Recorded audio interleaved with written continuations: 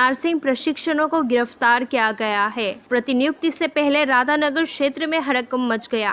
राज्य में नर्सों की भर्ती प्रक्रिया लंबे समय से ठप है।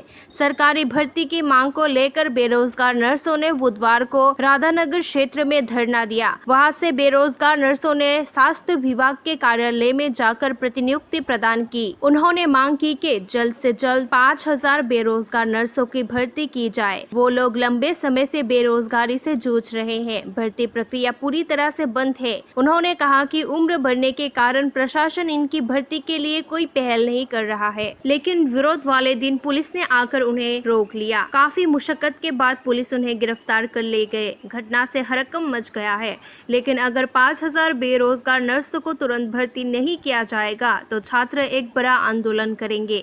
और बेरोजगार नर्सों ने चेतावनी दी कि पुलिस इस तरह से आंदोलन को नहीं रोक सकते।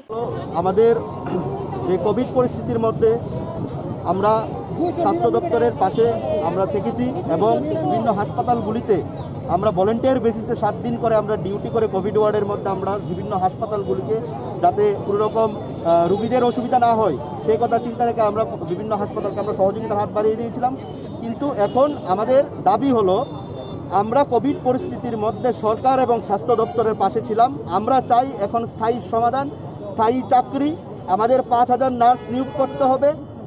আমাদের সিনিয়রিটি ভিত্তিতে আমাদের 5000 নার্স নিয়োগ করতে হবে। 2016 সালের পর থেকে 2021 সাল এখন পর্যন্ত কোনো রকম নার্সের নিয়োগ নেই।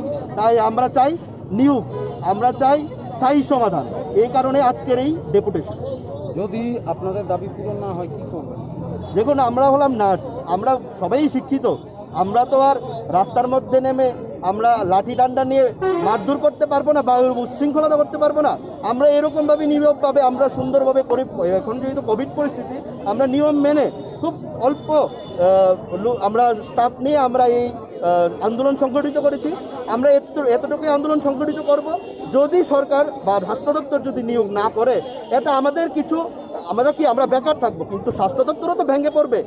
আমাদের ছাড়া তো স্বাস্থ্য দপ্তর বা হাসপাতালগুলি চলতে পারে না।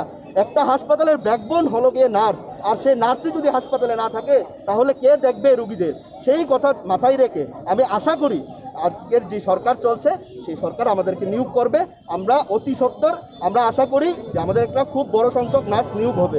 সেই দাবিকে সামনে রেখেই আমরা আজকের এই ডেপুটেশন।